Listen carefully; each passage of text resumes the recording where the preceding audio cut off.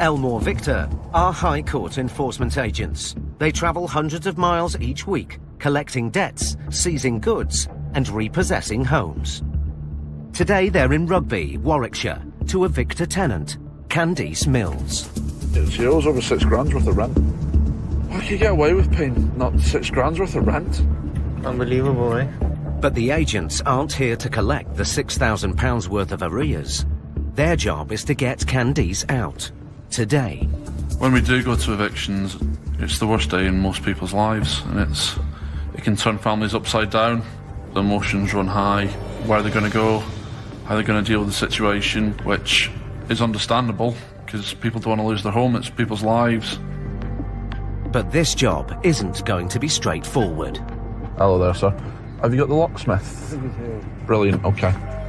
Landlord James McHugh is already at the property. From day one, basically, she was falling behind with her rent and not paying rent when it was due, and coming up with various excuses why she couldn't pay or wouldn't pay.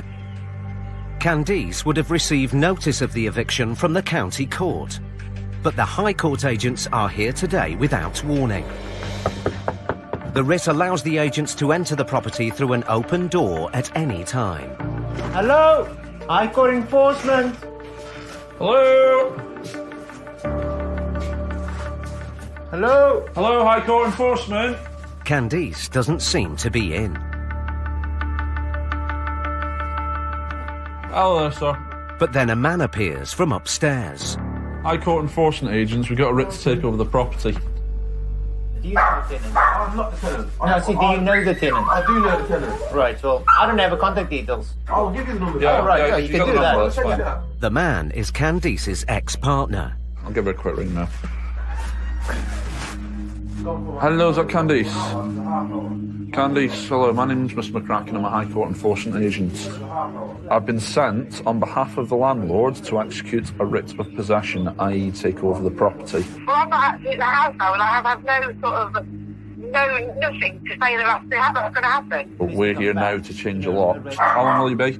I'll be about 5 minutes. Okay, no problem. The account counts what? Rent? I can only imagine rent, sir. I can only imagine rent. We'll give you an hour. Minutes later, Candice arrives.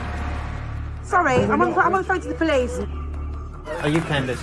Pardon, sorry, yeah, I am Candice. Sorry, I've got a phone call to say that these people are coming to change locks in my house. High Court enforcement agents. High Court informant agents. High Court. Give it to her. Yeah, I've had no notice. I spoke to James on Monday.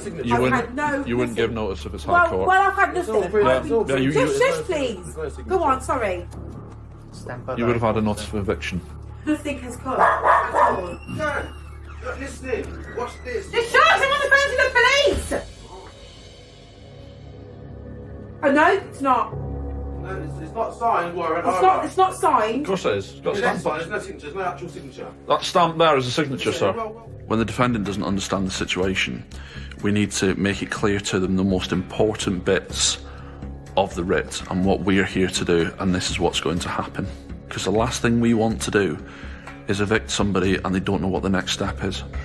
Candice is still on the phone to the police. I can't hear anything. Really sorry. 4 times a day, every day. You know, So- we've heard it before. It's got a stamp on it. Sorry, So. I am The talking clock is to you. ticking. I've got 1:05. I've got I know, you know. Can you shut up? I'm giving you the time. Yeah, can you shut up, please? Right, if you Don't hang tell on, me to hang on, shut up. hang Well, on, listen, hang on, I'm hang on, on the hang phone to the on. police. Right, I can't- hang on. If you're having a It's conversation, a mobile phone. I can't. hang on, 1 What you're second. saying as well. Right, if you're having a conversation, go upstairs. Go on. No, I'm not going to say Right, it. fine. This landlord is known for doing this. Right, okay. We don't get Okay. involved with that. Okay, we're simply Well, here. okay, well, that's fair enough. You're here to take your job, and I appreciate that. I understand you that. know. We're simply here to take over the property. As simple as that. Do you know, I'm annoyed because I've got 4 children. I don't know. I'm just come back from an interview, yeah. I don't know what the hell, where the hell this is coming Candice, I don't know what I do. Where do I go? I can explain it to you if you give me opportunity. When we go into an eviction, there is that fear that it could turn into a violent situation. We have to keep the peace in effect to try and resolve the situation as quickly and as effectively as possible. The police confirm that the eviction is legal. Because Candice has 4 children, Vic needs to calm her down and explain what she must do next. Right.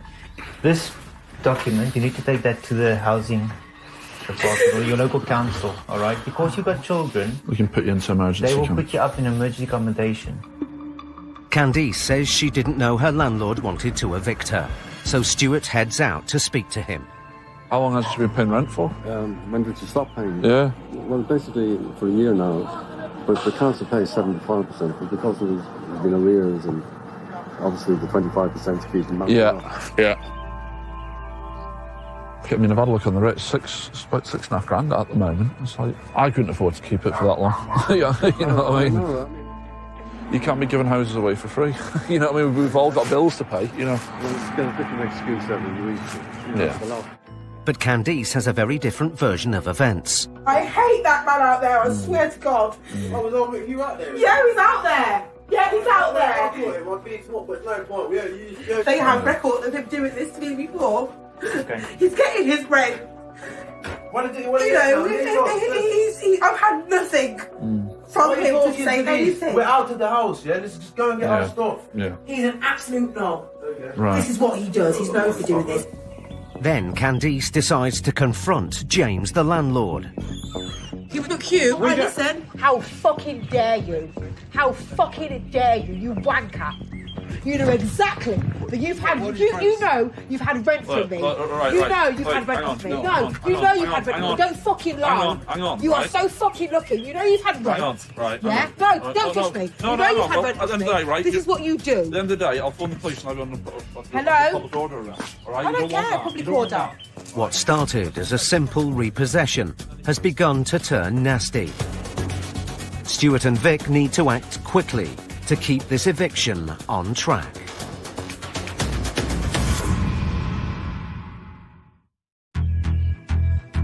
High Court enforcement agents Stuart McCracken and Elmore Victor were in Rugby, Warwickshire, carrying out an eviction at a family home. Sorry, I'm on the phone to the police. Hello? The tenant, Candice Mills, a mother of 4, was nearly £7,000 in arrears, but she claimed she'd been paying her rent. They have record of him doing this to me before. Okay. He's getting his rent. And when Candice spotted the landlord outside, tempers reached boiling point. How fucking dare you, you wanker? Now, whatever the rights or wrongs of the dispute, the agents need to get Candice to leave the property. Okay, it's 1:15. At 1:15, at 1:45, we will be closing the doors, so you've got half an hour. I'm just going. I just want out. I don't. We take a photo of everything in the house, we do an inventory, okay, and we keep that secure. Then you need to arrange to come back in the next 7 days to get, like, hire a van and get your stuff. That's fine. But everything's safe, alright? So don't worry about that. Brilliant. But from what you've told me, maybe it's the best thing that you move on. In the nicest way, you know what I mean? Shut up, Eddie!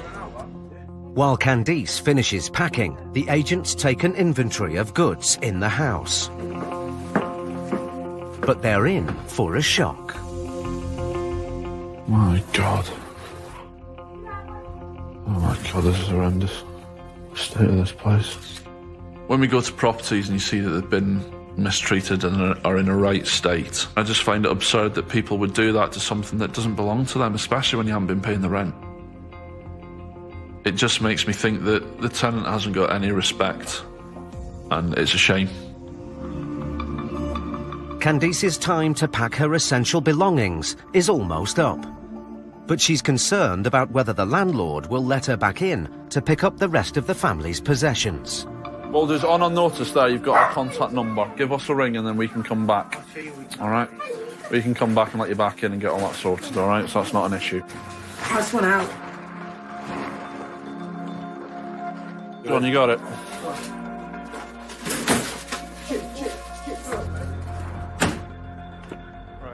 The eviction is now complete. Candice doesn't know where she and her family will sleep tonight. I'm homeless. Me and my 4 children are homeless. When I leave here, I'm going to go to the council to get emergency accommodation. So, yeah. That's what I've got to do with my 2 dogs. But Candice has some final words for her landlord. You wicked, you're an evil man. You're an evil, dirty man. And this is why people should never rent privately rented. Because they get dodgy landlords like James McHugh. Now Candice's left, it's the landlord's first chance to see inside the house. I was half expecting things to be bad. You know. I mean, the main thing in the kitchen is the cooker. You know, the door was missing. We'd have the whole house is going to have to be recarpeted. And, you know, so it's going to be a bit of a costly exercise. It's a bit of a shame if you're losing your home, but if you don't pay your rent, then you're going to fall into that category. I don't know where she gets from that she has paid, or she's paying a rent, or the council is paying a rent, etc., etc. If you got a High Court writ with an amount of £6,742 on it. And what happened to the rest of the carpets of the house and everything else has been destroyed? Yeah.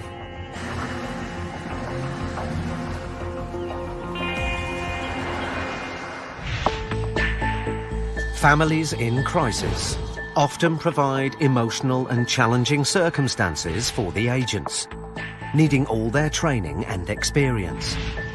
But when father and son team Del and Dale Anglin turned up a few months ago at a family home to collect a simple debt, they had no idea that they would end up in the middle of a war zone.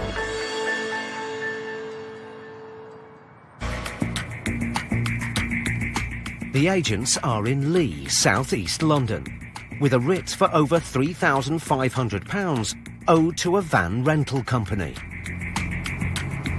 All right, Dale. What have we got? Got a Mr. Mohammed Bilal Tarafta. If Mr. Tarafta can't or won't pay today, the agents have the power to seize goods to the value of the debt.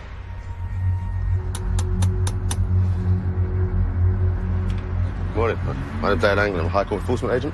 I'm looking for Mr. Mohammed Bilal Tarafta. Is it you, yeah? It's regarding monies owed to Ace Rental Van Limited. Ace? Yeah. I've never heard of Ace. You've never heard of Ace Rental Van? Yeah, I've heard of them, but I only hired a van for 1 day. Right. They've taken you to court and issued a court order against yourself, and you owe them the amount of £3,507.89. What? I don't know what it's for. I don't know why you got to come in here without all these... I don't understand this, man. We got a High Court writ to obviously come here to get the money off you. That's why we're here. We've been sending But I to get haven't got the money for that. With Bilal saying he won't pay, the agents need to look for any assets he might own, which means they need to get inside the house. Let one of us in. No. A debtor may be anxious to not inform their family of their debt because it's embarrassing. For example, dad or mum may have previously bailed them out of a situation, and here we are again confronted with enforcement agents in your house over a debt that you haven't taken care of. But then, Bilal's father appears in the hallway. Right, sir. What I'd like to do, with your permission, sir, is to come in. No, you can't come in my house. One of the, well, No, you can't come in my house. I understand that, sir, but we want to be able to report back on You your... can report whatever you like. Okay. You can't come in my house. All right then, sir. Fine, okay. Who owns the vehicles and the drive? No worries, have you got the logbooks and the insurance for them? Anybody can come in my house. Okay? We asked, sir, we asked. Either you talk to him, try and explain, or then we're obviously going to have to... We're going to have to dig about and make inquiries on the vehicles. If he wants to take the vehicles... No, don't do that, then he's going to put on my head. Debt can cause all sorts of family baggage. You could feel the undercurrent, the tension between the son and dad. Debt does tend to reveal all these little things. You just don't know what you're going into. Minutes later, Bilal's father comes back with his insurance documents. That's fine, that's the... 1 second. Take him and go. He's a named driver on the Yaris, though, isn't he? He's a driver only, but does he own the car? No, I'll give you that. He's only a named driver. Okay, go on. Can you go, please? Please don't push me, sir. No, get out! Why are you driving? Please Get don't. out! Go! Go! No, hold on. You're not the authority here. I am. No, you're not. I am. Hands off! I'm leave it. Go! Please don't do Brother, this. come. Don't ever come in again in my door again. Come on, brother. Listen, I'm telling you, don't point. No, we're trying to keep it calm. Get out from here, Listen, my I'm not door. doing anything, we're just Okay, talking. please. Just get out. Please stop shouting. Okay? Please stop shouting, we can get this sorted. You are and then we breaking can the go. law. I'm not. Yes, you I'll are. show you why I'm not. Look. Look, I don't give hands off. Get out of Why are here. you doing that? Hey, leave it, bro. Stop that. No. Let me go and get it. A boom, man. I don't know why you want to do that. There's no need for that. Come on, man. Hold on, let me come over. Listen, I was inside. It's only when he hit that is the only reason I'm in What here. is this? Yes, you go out from here, it's going to be violent. I'll tell you, I'll guarantee that. So somebody's going to get hurt. Either me or you lot. His body language was threatening. The things he said were nasty and threatening. He's trying to be intimidating. He's trying to reassert his authority in his house, which at that point he had lost. One of the most dangerous parts of the job is actually when you do make entry, because you don't know what you're entering into. That's when you need to be at your best, and it's a fight or flight situation for them. So I call the police. Okay. You are intimidating me. We're going to wait for the police. You are forcing me. Dale tries to explain the situation to Bilal's younger brother, Abid. He's been there and watched it. I haven't done anything to your dad. No, you Your dad's forced me not- to it. Your dad's the one that's hit me. No, I haven't you done forced anything. me. Lying bastard, you don't. Talking here, obviously, is just going to make everyone upset. We'll just wait for the police and we'll get it dealt with. This is an ongoing thing with this idiot, man. You know what I'm trying to say? That's why my dad's pissed off. Why did you take him? I'm not here to take him. No, you had to take him. He's Why? a criminal. Who's making him a criminal? You are. You have a right to force him to my house? We didn't force him to us. Yes, you have forced No, him. we didn't force him to. Yes, You know what? I'm not going to argue with you. Yes. You called the police, let them come, and then we can deal with it. Okay. Yeah? That's cool. With the police on their way, Abid wants his older brother to take responsibility for the debt. Listen, you fucking prick, man. If you don't fucking pay the $3.5 grand, yeah, they're gonna take everything in the fucking house. Do you not fucking understand that? Idiot. It's more worse for anyone. You fucking swallow your pride and I'll swallow your fucking hope, man. But then, Bilal's uncle decides to get involved. You want fighting? No. Huh? No. You want fighting? You tell No. me. No, we don't want to fight. No. You tell me. No. We're fighting. No fighting. No. I'm ready. No. I'm ready. We're not, nothing like Yes, then go out. that. Nothing Please like go that, out. sir. Go. I can't leave here, sir. Go. You There go is- outside. Sir, there is no fighting. What's going on? I haven't moved from here. I haven't moved from here. I don't know why he's upset. Nah, hoise fight করতো নি আমি ready. Sasa, এটা করলেন না, আমি ready. please, Sasa, এটা করলেন না. This is not- চলে তো কি করতাম? I normally expect most things, but I wasn't expecting a 70-year-old man to ask me to fight and that he was willing to do so. Because we're not there to fight. We're there to resolve the issue. You're never short of surprises in this job, and it just teaches you that you have to be alert at all times because you never know what may happen next. Bilal's father reappears from downstairs. We're not. I know you're not doing nothing. I know you're not doing nothing. I know you're not doing It's going to nothing. be violent. Can you It's just gonna be stand, murder. just stand there? Please, just Yeah, I will stand stand there. there. No, you please just stand there. We're not going around the house. We're standing right here. I'm going to go to prison. Then all of you will be happy. Stop it, stupid man! Fucking stop it! Please, Upper! Just please stop it, man! Fucking no, bro! What the fuck is wrong with you, man? Where is get out of this bloody house? Fucking no, bro! Are you stupid, man? Fucking I'm crying, bro. Upper, please, man! Fucking no, bro! Abby. Please. Look what you're doing, man! They're fucking right! Don't you understand, bro? They're not gonna move! They're not gonna move unless they get the $3.5 grand or $4.5 grand of fucking worth of assets! There was an undercurrent of things not right with the family. Something would be said, and then it would flare up again. When in a pressurised situation, you try to keep a balance and things. You don't want the situation to spiral out of control. And I find that keeping calm brings their behaviour down. The agents have now been in the house for 2 hours. Abid decides to make them an offer. Oh, can I give a deposit or something of $2 grand? Because I've only got about $2 grand on me. Can I give a deposit or something? Huh? Stop fucking being long, man. How much? Huh? It has to be the full amount. Obviously, I know you're trying. I can see that. I'd rather help you with too. Yeah, but even if it's a small thing, it's still Hear me. it's Hear still me. things, isn't it? Come Listen. on. Look, at the end of the day, you're paying me back, not these fucking... I know that! Listen. That's it! I'd rather have that, you fucking pay me back, not these fucking pricks. They're gonna take everything in the fucking... Sorry for you, pricks. No, I I don't. understand. You know what I'm saying? I'll chase you up for fucking 5 years if you have to pay me back $2 grand. I'm not gonna come to your fucking yard and take your shit now, man. Abid's offer of £2,000 isn't enough to clear the debt. But as Bilal tries to raise some more cash, the police arrive at the house. okay now? Yeah, so we're trying to sort things out. And his father immediately makes allegations about the agents. This gentleman, he used his size to force me into it. You know, we wasn't here present, and obviously got lots of their paper at the time with their warrants, they have the power of entry. It's a high court writ. I don't like it that somebody coming to my house. I mean, the best thing I would say is try and be on these guys' side, try and facilitate as much as possible to you. It's law, unfortunately. So there's not much more we can do, okay? With the agent's authority established, Bilal's father makes a surprise offer of £1,500 to resolve the debt.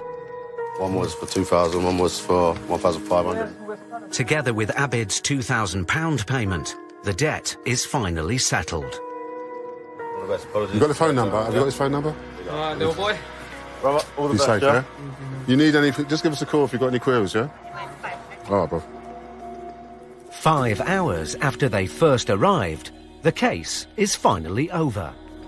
It's always exhausting to get involved in other people's emotional issues, particularly when they don't appear to be anything to do with the reason why we're there. You have to use all your skills and abilities to resolve the matter. And when you do that in a positive way, you come out feeling good about what you've achieved. Dell and Dale contained an explosive family meltdown. But in Stuart and Vic's next case, I've got a High Court writ here of £5,890 and 21 pence. They meet a parent whose debt is turning her life upside down. You want to go straight on? Go up to your father's house and go straight at him.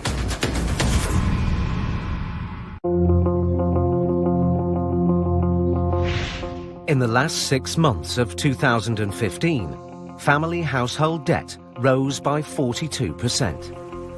Couples with 2 or more children owe an average of nearly £19,000. Research has shown that families with children have debts totalling £4.8 billion.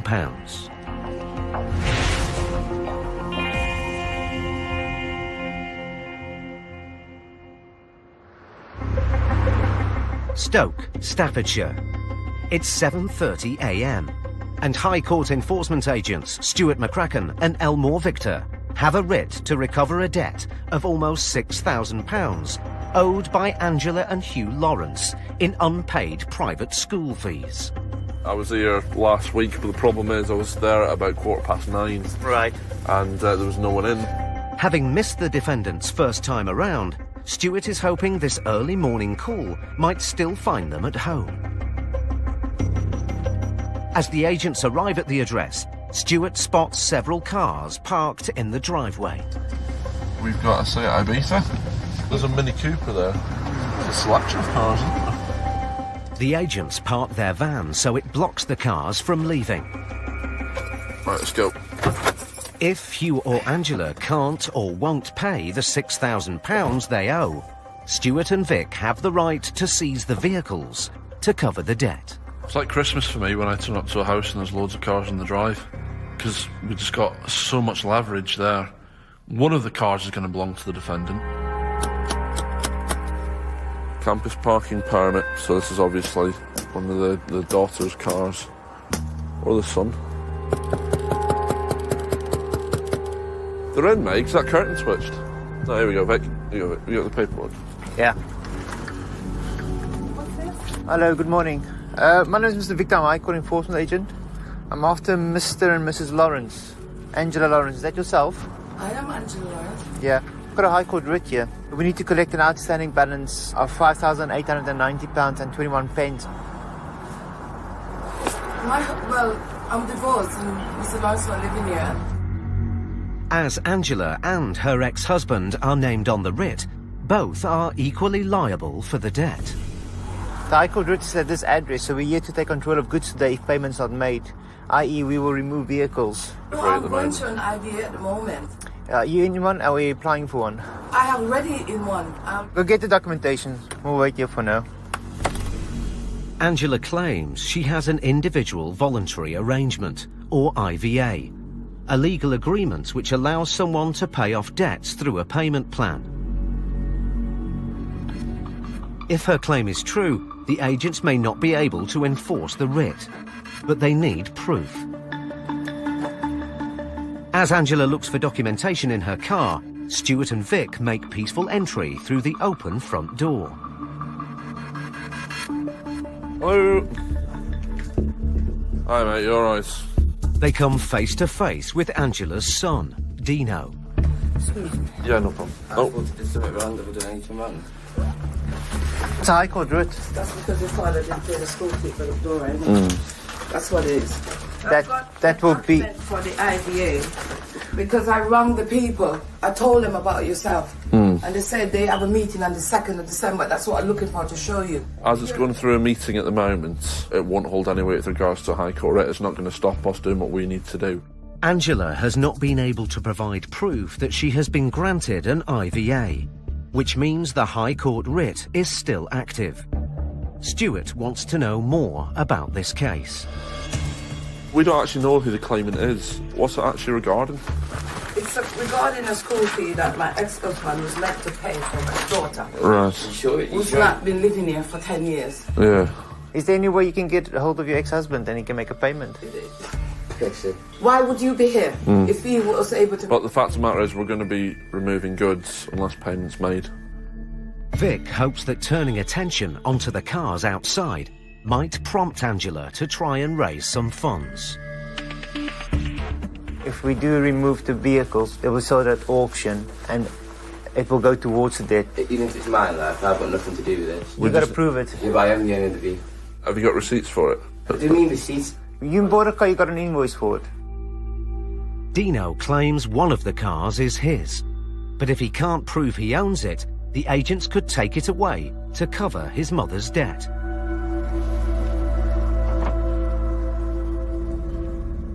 As Dino walks back from his car, Stuart heads out to clamp it.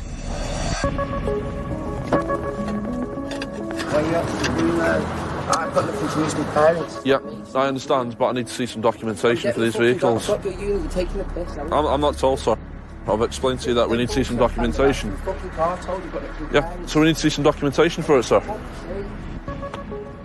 It's very difficult when dealing with people's kids to try not to get emotionally involved, but they need to sadly understand our rights and our powers. It's a shame to think that they'll have to learn that at a young age, but that's challenges we face. With no signs of payment, Stuart starts to seize the other vehicles in the driveway.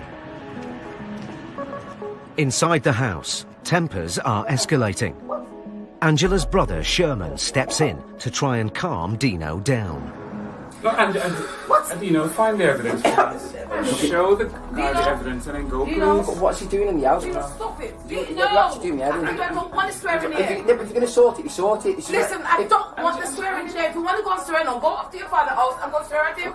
Dino, go and get the receipt from the shop, please. In situations like this where you've got two agents coming into your property, your dad has left, you know, all of a sudden he's the man of the house, isn't he? So he's only there to try and protect his mom. Unfortunately for him, his behavior is not doing us any favors. It's now 8 a.m. and Dino sets off to get a duplicate receipt from the dealer where he purchased the car. Sherman starts to reason with Vic.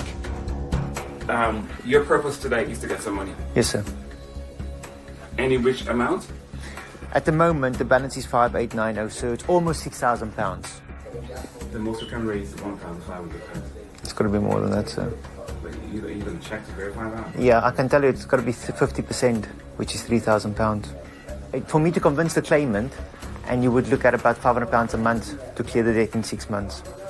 That's why it's got to be 3,000 today. Is there any way that could be extended beyond 6 months, please? Have you got the three? You got 3,000. Will it be paid on debit card? What is the realistic monthly amount? Half of that. 250. I'll make a phone call. With an offer on the table from Sherman, Vic calls the office to see if the claimant is willing to accept it. The beef is they can pay 3,000 today, and then to clear the balance at £250 a month. Then there's nothing of value except with a few cars on a drive, but they're going to struggle with the 500, which I've suggested. It's Angela's brother that's going to make this £3,000 payment. All right, thanks, and cheers. Bye-bye. Bye-bye. Unfortunately, debt doesn't go away. Just because the family's falling apart or they go their separate ways, the debt is still there. Of course, it's an unfair situation on the partner that's there, but, you know, life's unfair. They still have to pay the debt. Minutes later, the office calls back. They can't get hold of the claimant, but we will accept a payment plan. Will be £290 a month. I'm going to agree to that in principle. On behalf of the claimant, we will go after the other defendant as well. Well, I suggest that you go to his house. That's what we plan to do. No. Okay, we start that. Yeah. Angela agrees to a payment plan, but hopes the agents may be able to recover the other half of the debt from her ex-husband. If they default on any of these payments, we can come back and have these vehicles removed. Considering what's on the driveway and how much it costs us to remove, I think we've done quite well if we can get £3,000 out of them. We'll take the £3,000 now. Sherman calls a family associate to help him pay the debt. I'm going to put you into Victor, and I'm going to take your card details, okay? That's a great thing with debt. It can bring your family together, and blood is thicker than water. And it just shows you how far other members of your family are prepared to go to make sure that you're all right. And it's a great thing to see. I wish every family was like that. The world would be a better place. With half the debt settled and a payment plan in place, no need for this to be on here any longer. Stuart removes the clamp from Dino's car, just as Dino returns with his proof of ownership. Yeah, no problem. We've got it sorted now. Is that the receipt, is it? So I just walked down to get the receipt from the front. Yeah. Well, that's a joke, isn't it? Yeah, well, we didn't know what was going to happen, mate, I'm afraid. I think we had a good result this morning. There wasn't anything of value in the property, really, was No, it, there Stuart? wasn't. It was a very good result, mate. Very good result.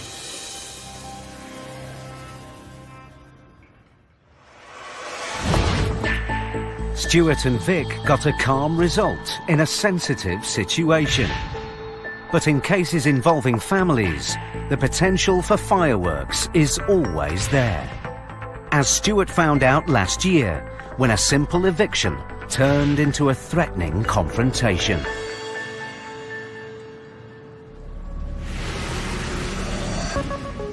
Morecambe, Lancashire. Stuart is with trainee Ian Taylor. Where are we going to? Possession order, mate. It was a Miss Katie Pointing. Yeah. And it's Meldon Road, Morecambe. Tenant Katie has been in and out of rent arrears for 9 months. The landlord has taken the case to the High Court, and Stuart and Ian need to evict her today. Oh, here we are. This eviction will be like no other Stuart and Ian have ever faced.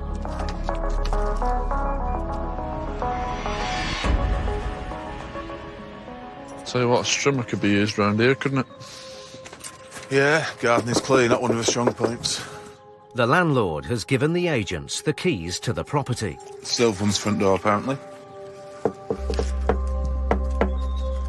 Miss Pointing, can you come to the door, please? The writ allows them to gain entry to the house, even if the tenant is out. So the agents decide to unlock the door.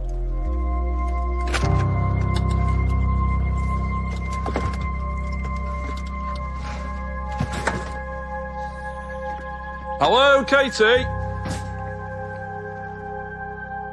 We're High Court enforcement agents. We're here to take over the property.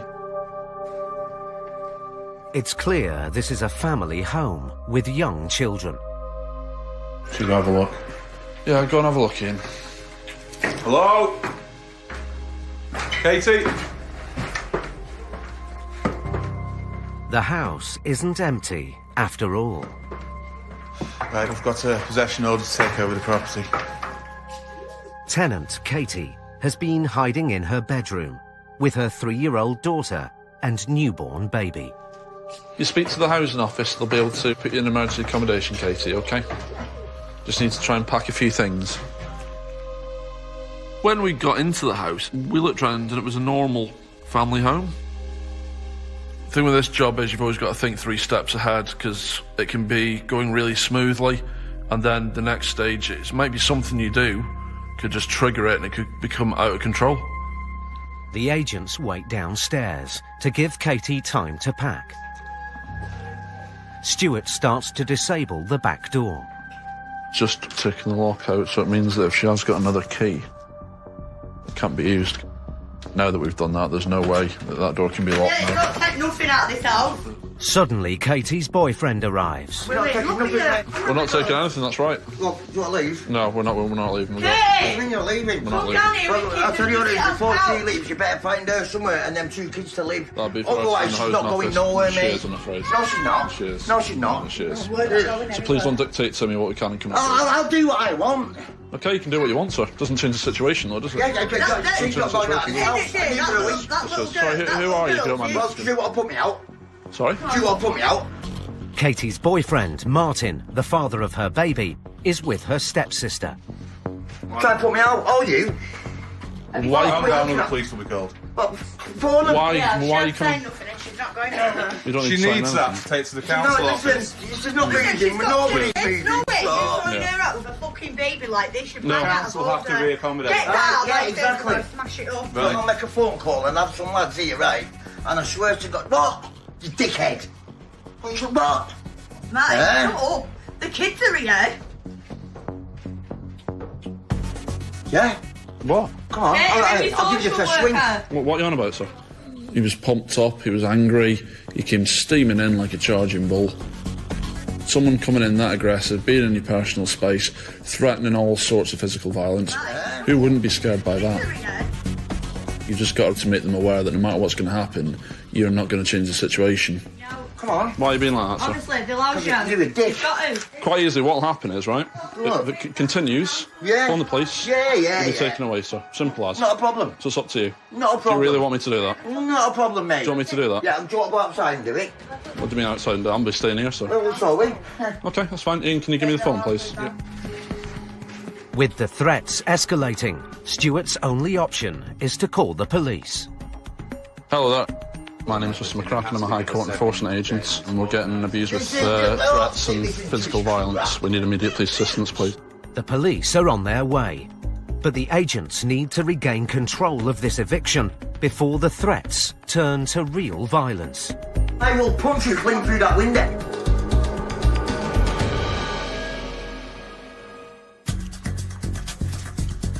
Morecambe, Lancashire. High Court enforcement agent Stuart McCracken and trainee Ian Taylor were carrying out an eviction. Hello, Miss Pointing. Hello. They found the tenant, Katie, and her 2 children hiding in the bedroom. Right, we've got a possession order to take over the property. Her boyfriend stormed into the house. Look, do you want to leave? No, we're not leaving. You dickhead. What? And made serious threats. I will punch you clean through that window. So the agents called the police.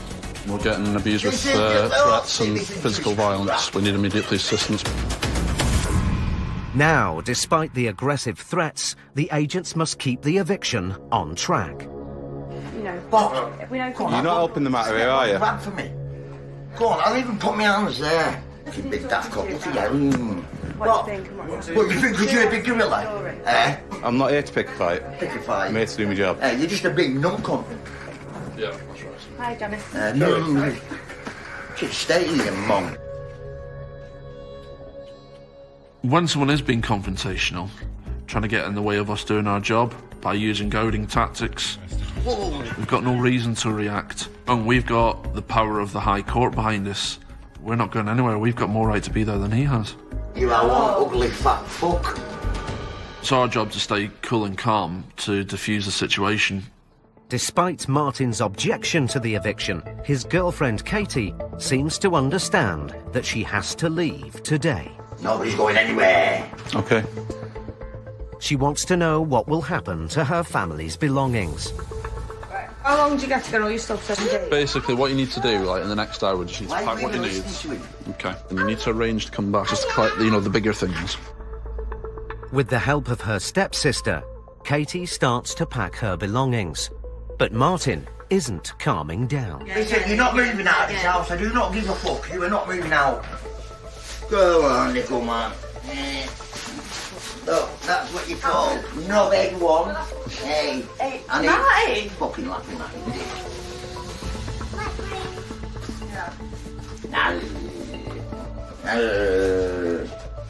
If you drag me out holding a newborn baby. Believe me, if they arrest me, you better stand well away from me. Because I would buy your nose, you know. I couldn't have felt more sorry for that child. That baby hasn't got a choice. We had to work extremely hard to keep that situation under control, because it wasn't just three guys. It was a young baby, so we had to keep it as calm and as less aggravated as possible, just for the sake of that child. With the eviction on a knife edge, the police arrive. Oh, no, sorry, OK.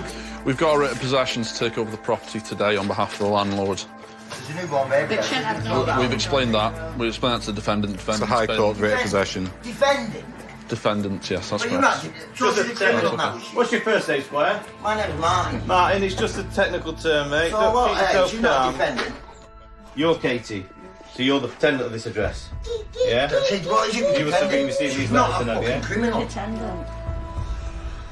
My job here is just to keep the Queen's peace. Yeah, I'm not Right, keeping and the stop peace. any crime Not a being problem. committed or caused.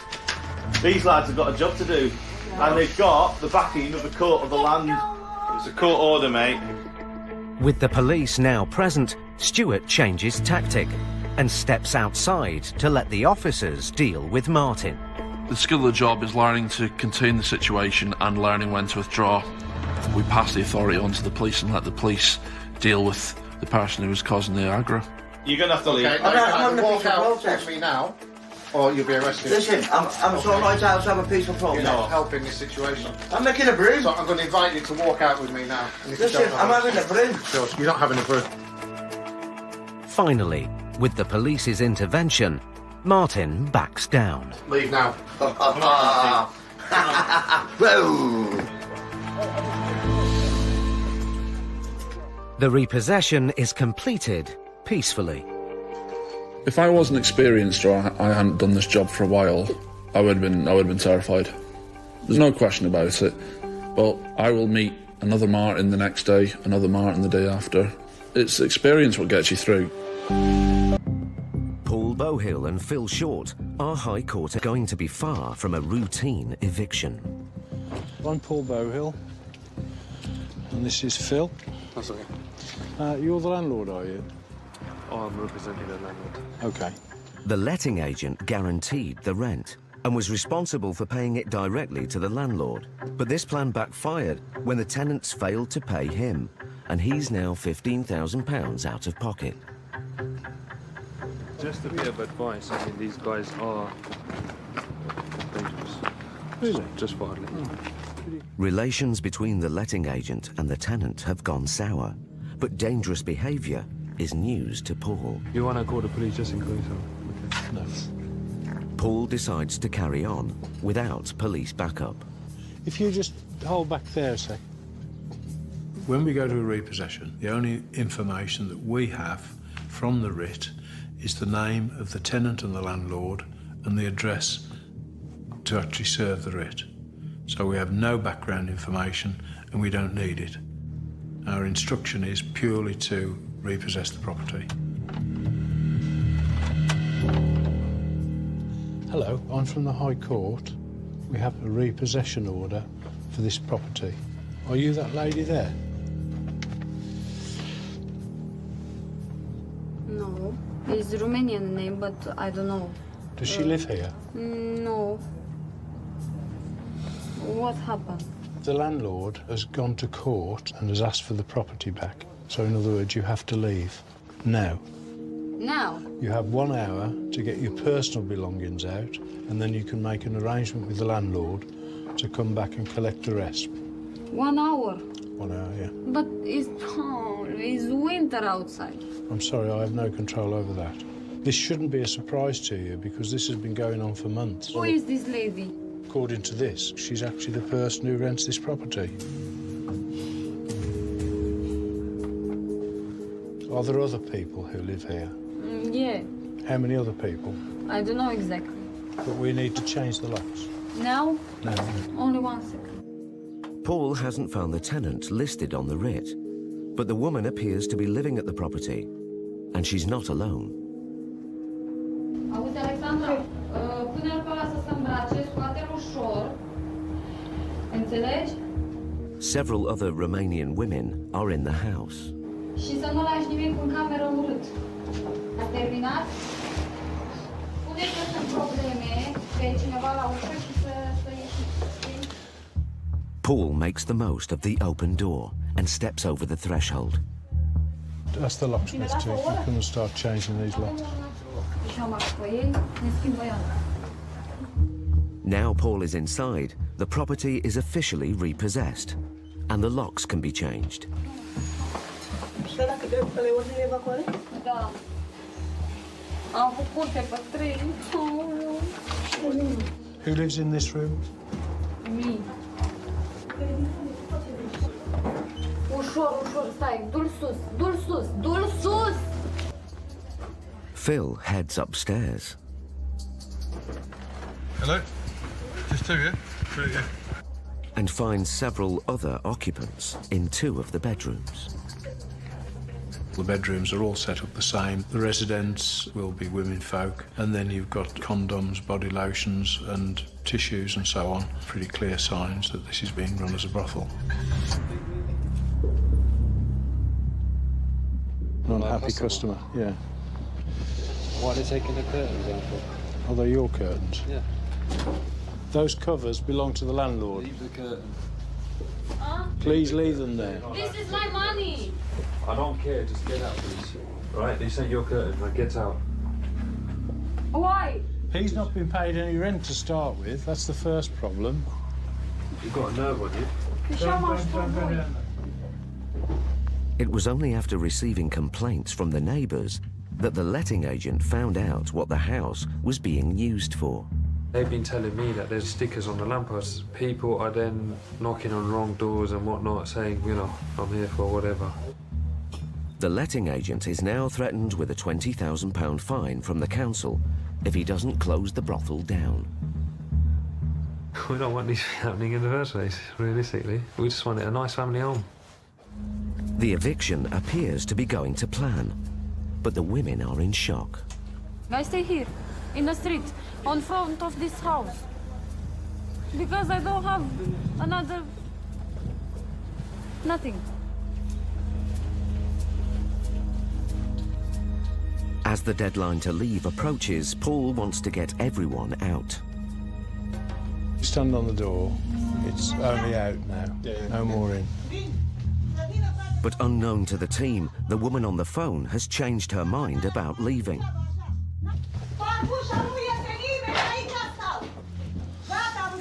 No one else goes in now. And she asks the other women to do the same. What's going on? What are you doing? The mood in the house changes. We'll call the police. No, you've got to go out. No more in.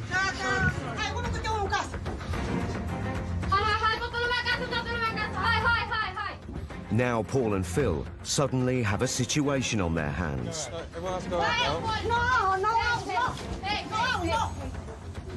This eviction could spiral out of control. No, you've got to go out.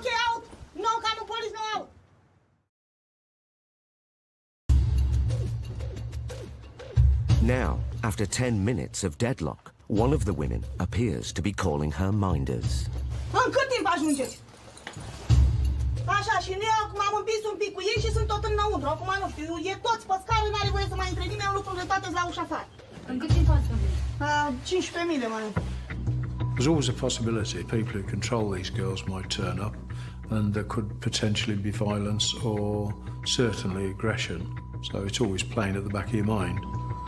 Paul isn't taking any risks and calls the police. We've just executed a High Court eviction order here. It's pretty obvious it's been running as a brothel. They're all like getting clever now and refusing to leave. I don't want to put hands on them because of the implications. If somebody stages a sit-in We will never use physical force until the police are in attendance. They're our responsibility up to the front door, and they're the police responsibility if a breach of the peace breaks out afterwards. 22 is not the owner of this property.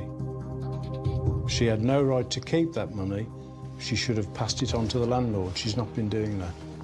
And this is not my fault. I understand that. It doesn't affect what we have to do. The landlord has the right to have his property back. The police are on their way here, and they will ask you to leave. You have my sympathy, but it doesn't alter the way we have to operate. Da. Ceva, mai stau în casă? Ca să vină ei. With their minders not far away, the women try again to get back into the house. The water, please. Oh, have problem the hard. No? Okay. Bă, I want to go to toilet. Spune. Minte că ești gravidă, minte că ești gravidă. Bă, nu pot să zic. They appeal to Paul and the letting agent. One day. One hour, please. No. You come in my Wait, husband. 1 second. No. I've not received rent since May. Nobody pays single penny, okay? Now, you're talking about 1 day. What about me? 1 year waiting, no money. No, You're leaving for free. Sorry, me come in here only 2 weeks. I understand that. But the people who you're giving the rent to, you need to speak to these people who give you the house. Effectively, to coin the legal term, they're on their arse in the street fighting to come back in. But if their people, their minders come back, then it will go off. The women wait for rescue. Here comes the cavalry. But fortunately, the police turn up before the minders. Yeah, it's not my glasses.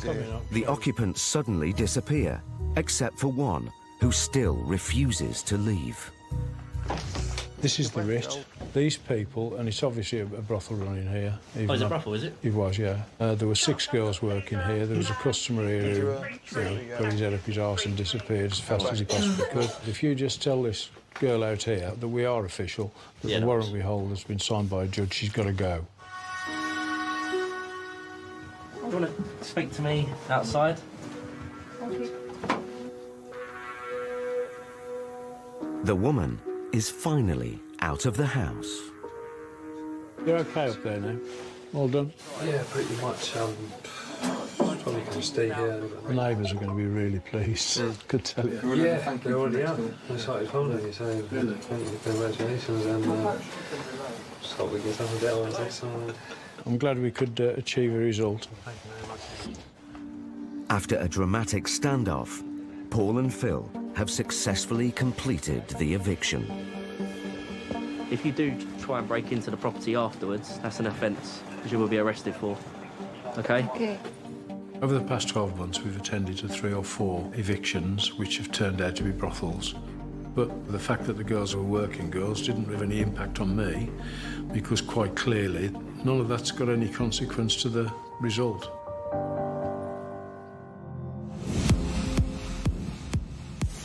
Recent figures estimate that almost 20% of the adult population in the UK is in debt, with financial problems rising fastest amongst single parents and under 25-year-olds.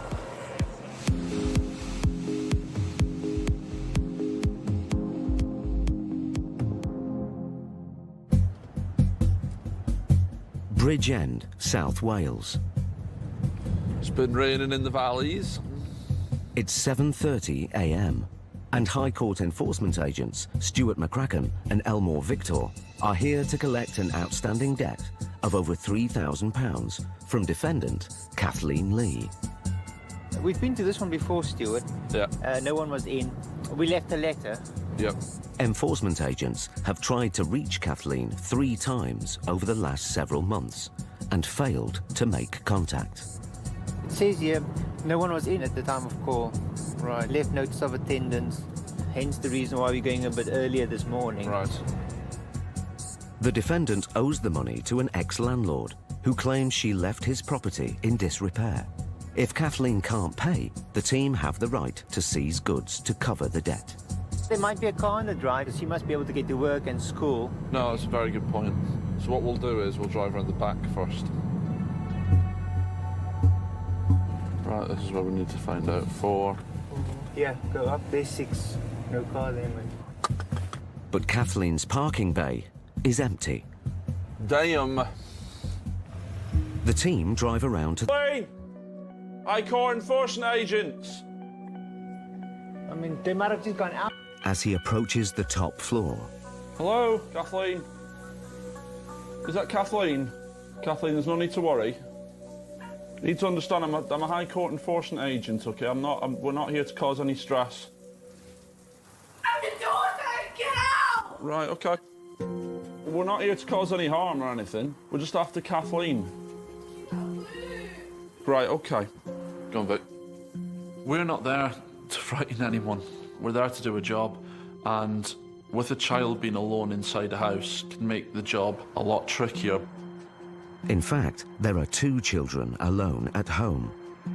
One of them calls Kathleen to tell her that there are High Court enforcement agents at the house. It's a very tricky situation. We can't go back into the property now that we know there's a minor inside. She's gone to work further. It might be that we might not be able to do anything further today, but at least we know she lives here. It's the right property. Well, we can wait. We can wait, yeah. Within 15 minutes, Kathleen is back at the house. Do HPI on the vehicle and see if it's free of finance. If the car isn't on finance, the team is entitled to seize it to offset the £3,000 debt. So Vic asks for a check on the vehicle. Can anyone do an HPI for me, please? Case reference is 3214. Thanks, mate. It's on finance. Oh, all right, Andy. Thanks for that. Cheers. Bye-bye. How long? 2 years left on it. Good, that's on finance. Good. So that would have been a bargaining chip. We can exempt that from the list. Main course of action next is that we wait 15 minutes, then we'll just enter through the back gate and just knock on the door. Yeah. But the plan isn't going to be as straightforward as Stuart and Vic think. She called the police. Now, after 40 minutes at the property, the team have to explain themselves to the officers. I got writ of control. There's no issues. That's not because they're disputing anything. No, I It's understand just that one of the girls is very distressed. No, I so understand obviously she's rung Mum. And then that's how we've stood at the back door. Second we've heard somebody, we've come straight to the back door. Yeah. Okay. And then we've left it as that. Right, that's fine. That's simple as that, Go really. on, Yeah, we need to speak to her regarding it anyway. Yeah, that's fine. Stuart finally gets the chance to talk to Kathleen about the debt. He needs to collect payment today. You need to come to some sort of arrangement with regards to this. We have been here 4 times. You need to try and raise some funds. The money I've got in my bank, I've got £14. And I've got in the post office £188 something child benefit, which has been paid in today, which I haven't withdrawn, and that's it. Can I ask you something? Yes. What can you afford monthly going forward? If you can give us something to work with, we're willing to work with you. Okay, based on the fact that probably you know that in your experience, if there's one debt, there's more. I don't know, maybe £100? I don't think that's going to be accepted. It soon becomes clear to Stuart that Kathleen can't pay the money owed to her previous landlord. It is worrying that more and more single parents that we see are getting themselves into deeper debt. But the worst thing is they're not doing anything about it. As Kathleen isn't able to pay, Stuart and Vic have the right to seize goods. But due to her circumstances, they offer Kathleen a day's grace to find the money.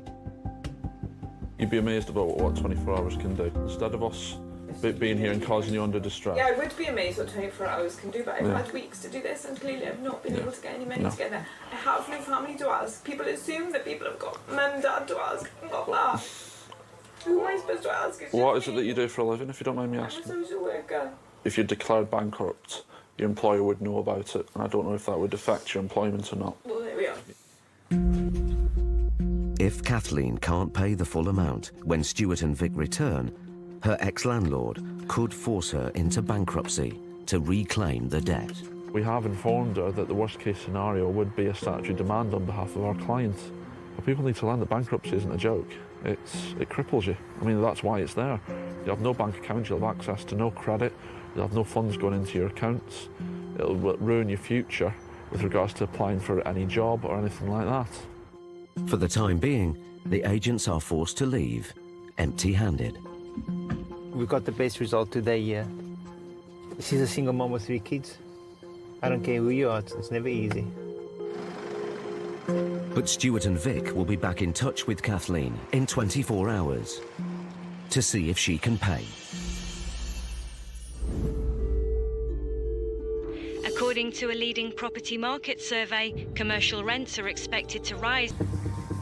Hayton, Liverpool. High Court enforcement agents Stuart McCracken and Elmore Victor are back on the road to collect a debt from fast food takeaway owner Mr. Soren Hassan. Another shop. Yeah, it's £3,039.32. He's not selling enough kebabs with sauce. No, he's not, is he? Mr. Hassan has fallen behind with rent payments on his premises. Oh, it's open as well. Right, let's get in that door. Stuart and Vic are looking for full payment today. There you go, Vic, straight in. All right, mate. Yeah, commercial rent arrears, yes. Yeah, we're after Mr. Soren Hassan. Soren Hassan is not in, but the man behind the counter quickly gets him on the phone. Is this Soren, is it? Hello, Mr. Hassan. I've been sent by your landlord to collect an outstanding balance of £3,039.32. Sorry, sir, can you just repeat that? Sorry. Because I can't hear because of... that's all. Hello? Hello, yeah. Okay, so you need to make a payment, sir. If not, we are instructed to take control of your goods today, unless you make me a payment now, in full. You want the cash in the shop, and I am going Liverpool, because I am in Leeds, I am going Liverpool. We're going to stop this now. You've got 30 minutes to make a payment to me in full. If not, I'm taking control of your goods, sir, by instruction of the clients. Oh, well, there you go then. You didn't like the sound of that. Mr. Hassan may have put an end to the call, but he rings his assistant back. Stuart thinks he's asked him to buy him some more time. What's he said? We have a money. We know just at the moment in the bank or in the cash. Yeah. Anything says for tomorrow morning? No. The main priority is getting those funds. With the clock ticking and the defendant trying to delay payment, Stuart and Vic apply some pressure. It's now time for the clipboard. If Mr. Hassan can't or won't pay the £3,000 in rent arrears, the team have the right to take away goods. But first, they need to know exactly what's in the shop. It's quite well stocked. You've got the kebab skewers, you've got the 2 deep fat fryers, you've got the prep table there, the fridge full of drinks, the twin freezers, a lot of decent equipment, to be completely honest. With the inventory done, almost an hour has passed, and there's still no sign of payment from Mr. Hassan. So the agents get the defendant back on the phone. Hello? 10 minutes. Yeah, but are you going to be 10 minutes? Because I've been hearing out 10 minutes for the last half an hour. Stuart isn't falling for any more excuses. Excuse me, can you start switching all the stuff off now? Can you do that now? How much you want to pay? You're going to pay me now £3,039.32. Pardon? Cash or card is the same amount. There's no discount. Do you favour, mate? Can you start switching the stuff off now? You're switching your machines off now as we speak. No payments. So can you start switching the stuff off? Pardon? Yeah. No. Right, I'll do it. No, listen. Why don't you pay over the phone now, and then we can stop this. Forget that conversation. Stuff needs to get switched off. So can you do that now? So I'll start doing that now. I do, no problem. Okay. Go on then. Do you have a card there? Get the chip paper machines to it, please, mate. Yeah. Is it a debit card? Second it starts getting switched off, the debit card comes out. Funny that. But just as Stuart and Vic are about to collect payment, they lose contact with Soren Hassan. He's in a tunnel. Hello? Hello? But then a man walks into the shop. It's Soren, is it? I'm a friend of Soran's cousin. Right, okay. The defendant has called on a family friend who's prepared to pay the £3,000. Is it a debit card? Yeah. You got a PIN number there, sir? Yeah, close that door. The family friend has brought backup. So it hasn't been authorised, so maybe there was a bit of data protection with regards to it. That's your copy. The payment is declined, but the man offers Stuart and Vic a solution. Pay your cash. Yeah. Cash? Do you want to get a receipt? Yeah. I'll go. Do you want me to count it or what?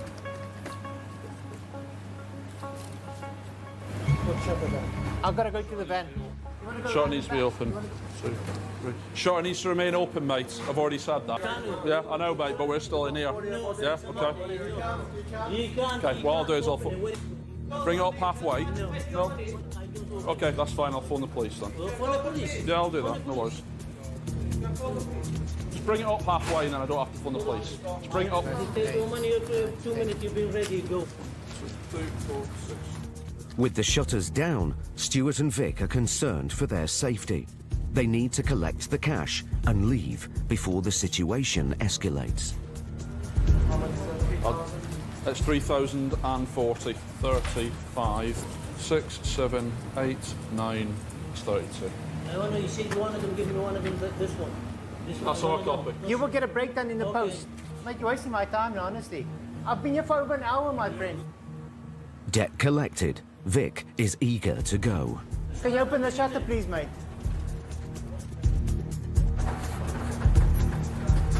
You can do whatever you want. They've tried to trap you inside a building, make us feel uncomfortable, but we ain't leaving without payment.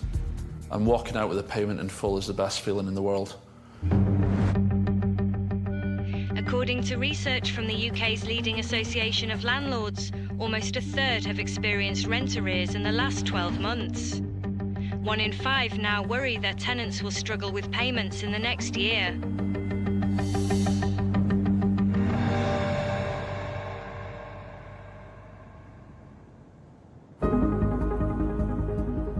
Barnes, London. High Court enforcement agents Paul Bowhill and Phil Short are back on the road to serve an eviction notice on Arnold Mabere and Janine Thiss. It's a standard writ of possession, so an eviction, £8,000 on the writ. We want the next turning there. Jumping with joy is where the landlady's going to be. For the best part of a year, the defendants have only been making part payments towards the rent. Landlady Christine McLaren is owed over £7,500. Hello. Hi, are you Paul? I am. Nice to meet you, Paul. Where's the house? It's down here, number 25. I'll give you that. The drill is this. We prefer that you're not there for the first 5 minutes till we actually get in, and they'll be given an hour to get packed and out. Shit or bust, no quarter given. The team aren't looking to collect the debt. They're here to get the tenants out. Red door. And with the writ in hand, Paul and Phil have the right to enter the property and change the locks.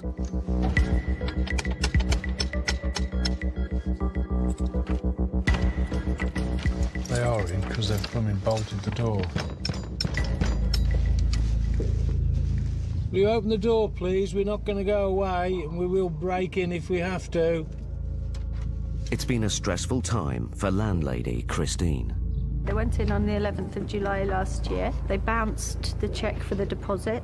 Since then, I've been shaking and quaking nervously about whether I'm going to be able to survive financially. They know I left London to go and live in Cornwall because I've had cancer and I wanted to de-stress. No one is answering the door, but then Christine receives a phone call. Oh, it's him. Hello, Arnold. Hi, are you at home? We need to get in. I don't need to arrange it. It's the High Court enforcement that are here. You're leaving today. Yes, you are, darling. Let me put you on to the man because I'm going to get upset speaking to you. Thank you. Hello. Yeah, I'm a High Court enforcement agent. I'm standing outside the door with a High Court writ to repossess this property. The writ authorises me to break in if I need to, and I will if you don't open the door. The tenant says he's not at home. Yeah. How old are the children? Your children, if they're that age, should not be left in the house on their own. I shall ring social services to take care of the children. I'm not going to be kept waiting. No, it's no longer. I'm going to do it now. Thank you. Concerned about the children's safety, Paul wants to take immediate possession of the property. Paul, apparently I can get in from the back. The agents split up. There's a 7-foot door in the way. With children home alone, this eviction has taken an unexpected turn. Judicious use of the crowbars. Paul and Phil will have to act quickly.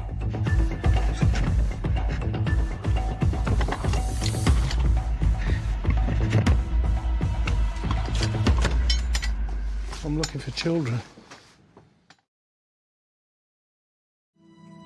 Now... He just rang again. Yeah. Asking if his children were okay. The children are not in there. They're not in there? No, they never were. 9 months after putting her home up for rent, Christine walks back into her property.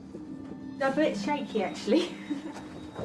We've got... Look at this day. They've opened those drawers. And it was a brand new kitchen when they came in. And that is disgusting. I had a really nice home before, and this is despicable, and it smells. I've got to turn this round really quickly, because they owe me so much money. Oh my gosh. Then it's dreadful. I haven't been able to work because of ill health, and this was my only source of income, very nearly 9 months. And they've not paid a complete month's rent in all of that time. Paul and Phil have been at the property for an hour, and there's still no sign of the tenant. I don't like to leave without seeing the person that we just evicted. I like to complete the loop, make sure he's got a copy of the writ. So Paul gives Mr. Mabere one last chance to attend the eviction. Hello? Yeah, OK, so we've repossessed the property. Your children are not inside and never were. So if you want a copy of this writ, you must come here quite quickly because I have other work to do. OK, I'll go on my way. How long will you be? 25 minutes. Thank you very much. Bye. With the tenant's arrival imminent, Paul advises Christine to keep a low profile. Half an hour later, Mr. Mabere finally arrives at the house. OK. Yes, sir. It's always a relief if the tenant turns up, because we can explain to them very forcefully what the effects of the writ are, and there are no loose ends left for the landlord to try and explain. The defendant immediately questions the legality of the High Court writ and produces a letter from the county court. He's saying that it's going to be taken to the High Court, so I'm just going to take that to them and they'll cancel it. They won't. Oh, that's what they said anyway. But it's fine, don't worry. They will sort it out. Because they say this is an illegal thing. Give it to me, I'll take it back to them. Of course, by all means. Thank you very much. I would say 70 to 80% are where the tenants are not necessarily taking the piss. That's probably a bit strong, but they've taken advantage of circumstances and they're just stretching it out to breaking point. I'm not going to be helpful to you unless you change your attitude. Okay, that's fine. I suggest you go to the court and turn it all upside down. No, and then I'll fine. see you back here on Tuesday. No, that's fine. I just need to take a few emergency things. Faced with Paul's ultimatum, Mr. Mabere goes inside to collect a few essentials. Did you go in, Phil? Yes. Stay close. He can collect all his belongings in a few days' time. So you don't miss anything. Identification, medication, clothes, and some toiletries. But the tenant's frustration over the eviction begins to show. There's dispute as to who has possession of this property. Sir, there's no dispute, okay? Something else, and another court says something else. Sir. Yeah? Do not point at me like that. Calm down. Yeah? Do not point at me like that. Please And calm down. Do not adopt an attitude with me either. I'm not any attitude with you. I'm calm. Just calm down. Just carry on talking. I'm not condescending. You are. If it's to do with racism, you want to see a black person This is exactly what... Sir, this has got nothing to do with racism. I don't know. That is an outrageous claim. I've never seen anyone speak to a white person in the way you're speaking to me. I've never. I think people are stressed in circumstances like an eviction. All they're looking for is a weapon to throw back at us, be it a tirade, a choice of words, racism, whatever insults they can throw back, they do. And we just let it ride, because after a few minutes it'll go away and we'll just get down to the job in hand. A quarter of an hour later, and the tenant seems to be in no hurry to leave. Is there anything else you need to grab from the house, sir? We've been here too long now. Mr. Mabere ignores Phil and locks himself in the downstairs bathroom. It's taken a long time. It's all right, my patience will run out shortly. Here we go.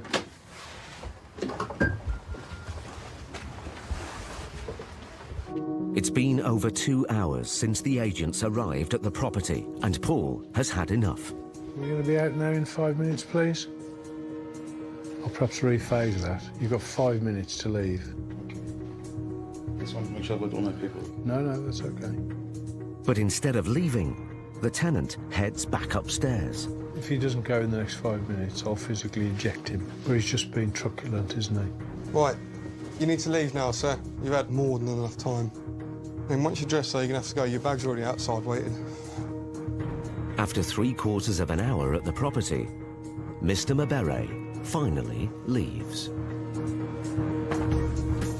Just ignore him. The important thing is you've got your property back now and you can relax. It's your house. It's end of a chapter, thank you. Paul Bowhill and Steve Pinner are High Court enforcement officers. They're part of an elite group whose sole aim is to hunt down debts from those who can't pay. We have a warrant that allows us to break in. And those who won't pay.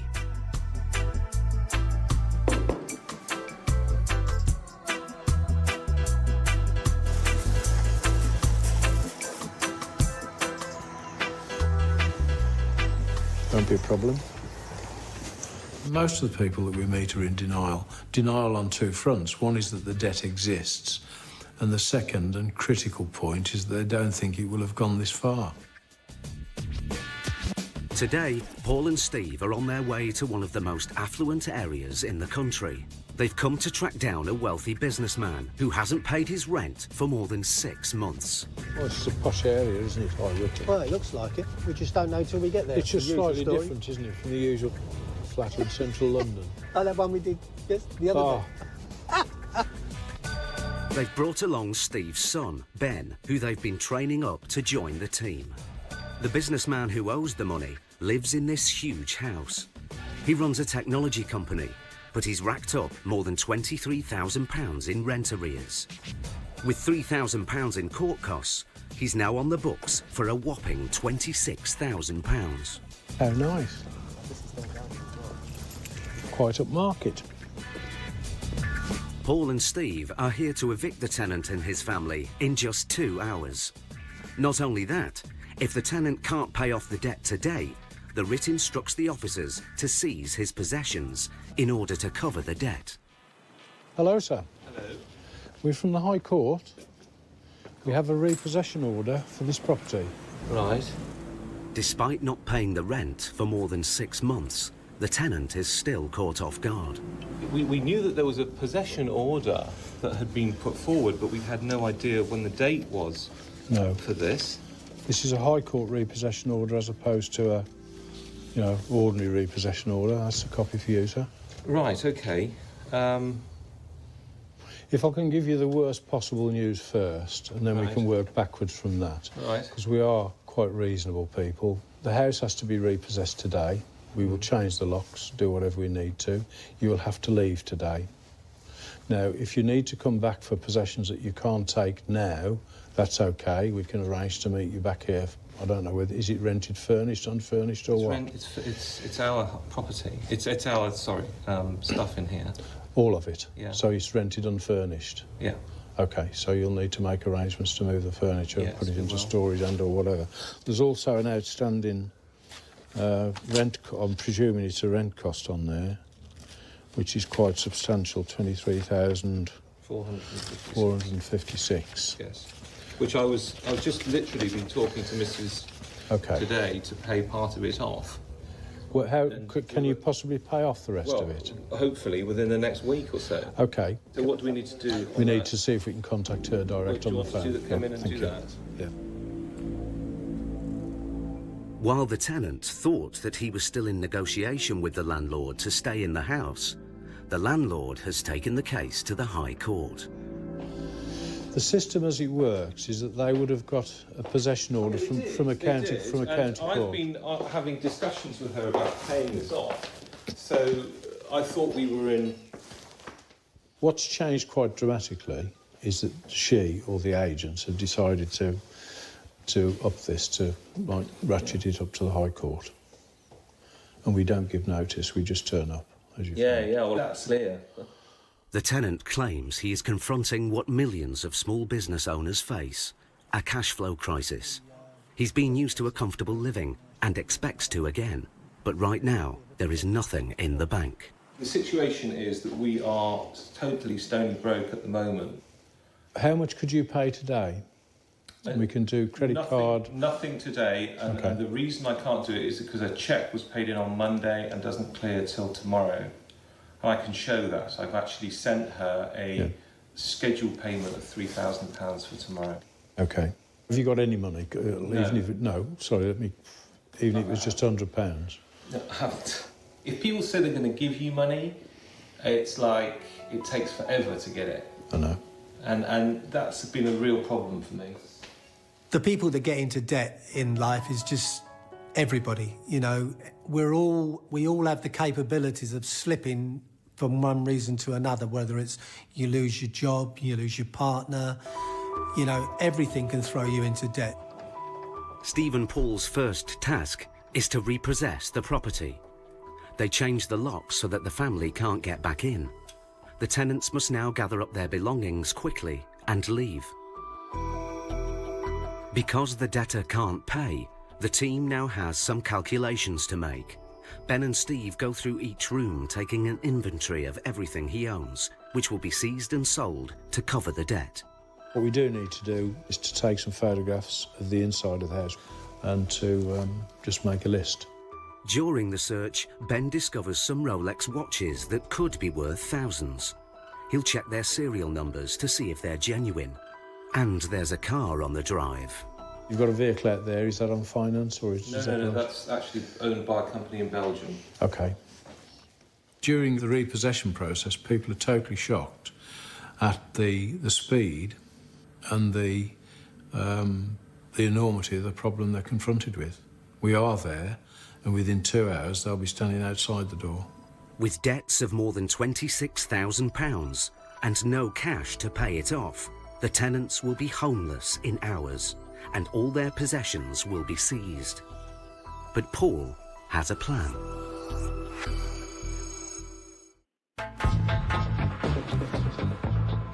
A businessman is facing eviction from his home with all his belongings seized because he has run up a debt of £26,000. Have you got any money? Even if it, even if it was just £100. No, I haven't. Paul has been talking to the debtor. He finds out that the businessman has been waiting for a new shareholder to inject a vital sum of cash into his technology company. But the money has yet to arrive. I got into trouble because people weren't paying me, and then I sold 10% of my company, which is currently what the money is that's coming in from 50,000, and that will then, clear this. If the debtor has the means to pay the rent soon, it will be better for everyone to give him more time. Paul decides to see if the landlord will agree to let the tenant stay in the house, providing he comes up with £10,000 by tonight and the rest within 2 weeks. Being the nice person that Paul is, from time to time, he's now going to try and strike up a deal with the landlady to give them a little bit more breathing space. The landlord agrees. The tenant now has a potential lifeline and goes into action. If we have to make a payment to you... Yeah, can we make credit card direct payment? Yeah, but I need a bank account to pay that too. We've got the paperwork, he's got everything on there. But the big question is, can he do it today? The clock is ticking. I'll leave you to it. Think it all over. I'm on the phone. You've got my number. In the meantime, Benny's here. He's got all the paperwork, so if there's any queries on it, you've got it. Thank you very much. We're leaving Ben here as the man in possession. So in other words, we're not abandoning the situation. It's as good as us being here. We'll then go on to the next job. In the meantime, the guy here is making all sorts of frantic phone calls to try and get a quite substantial amount of money together.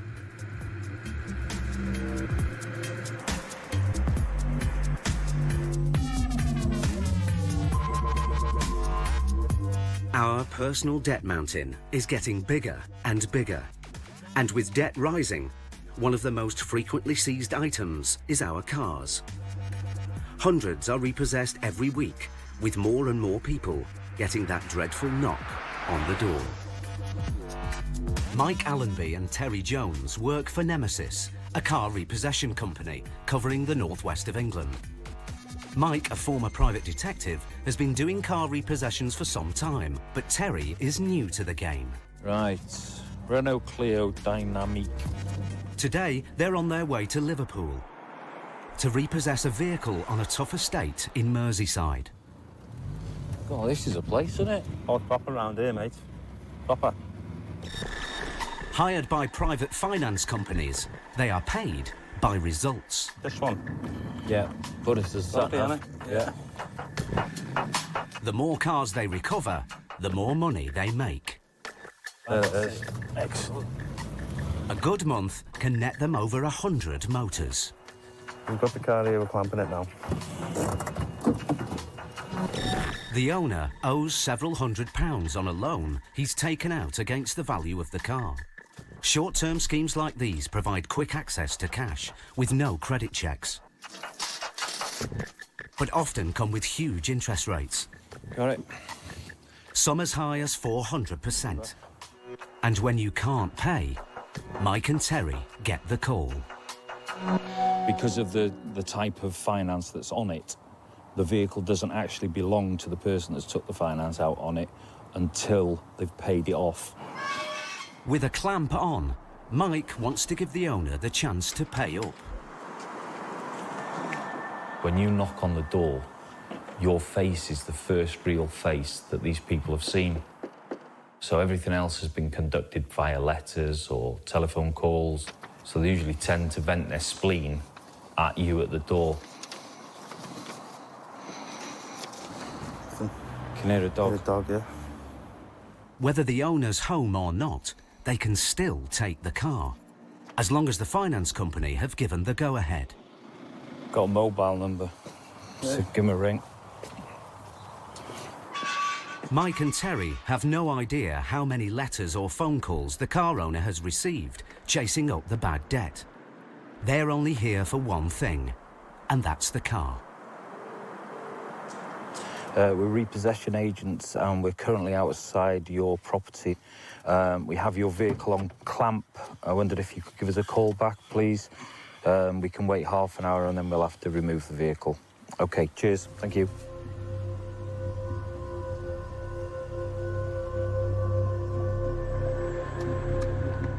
Then the phone goes. Hello? It's the office. Oh, OK then. OK, all right. Sorry? Well, apparently he said he's going to come outside and set fire to it. OK. That's good. All right, then. Cheers for the heads up. All right, ta-ra. Well, barbecue time, is it? Just watch our backs, that's all. Can't do anything else.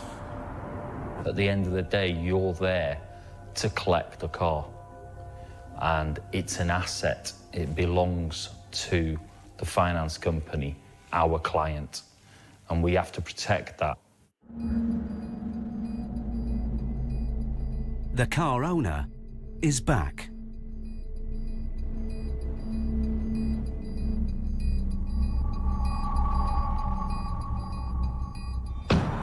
What are you filming for? Take the cameras. What are you can't. I'm not giving you permission to film. Or I'll rag that and I'll smash it all over the street. Just Excuse me. Don't speak to me like I'm some sort of... I'll take your head off. She... I'll smash that car up right in front of everybody, or I'll kill you. There's quite often threats are made in that manner, be whatever it is. We've had threatened to throw bricks out the window at us, things, all kinds of stuff like that. You can find yourself just laughing it off, really. But it can turn out that they will do what they're threatening to do. What are we going to do? With that amount of aggression and threats, you need to finish our paperwork off, see if he calms down, and then, if he doesn't, call the police.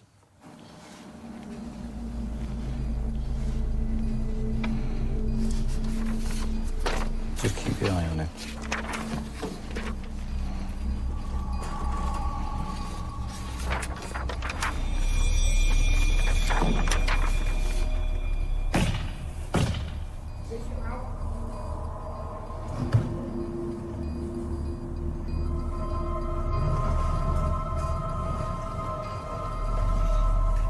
Have you got the keys, though? Have you got the keys? No. Okay. Let me know if he's locking it again.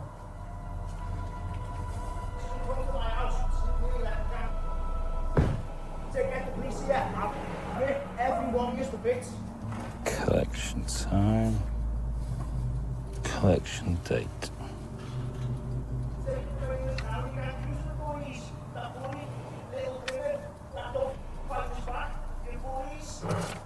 You a bully? The last time I checked. No, me neither. With the car now damaged, Mike calls the office. Hey, Glenn. Yeah, the guy's just turned up, put a crowbar through the windscreen, threatened everybody. Well, he's got in a car now. Do you want us to? We have to ring the police. Okay, cheers. All right, drop. Glenn says you have to report it, because he says it's criminal damage. A short while later, the police arrive. The loan secured against the car means the vehicle belongs to the finance company rather than the owner. He's now smashed up their property and not his own. So what he's done is he's secured a loan against the car, and he hasn't paid a penny for it. Do you want a copy of that? It's all there that you need, love. As Mike and Terry start loading up, the car owner returns. I don't want to have my dirty laundry head all over the street. Look, I'm sorry, but I live here.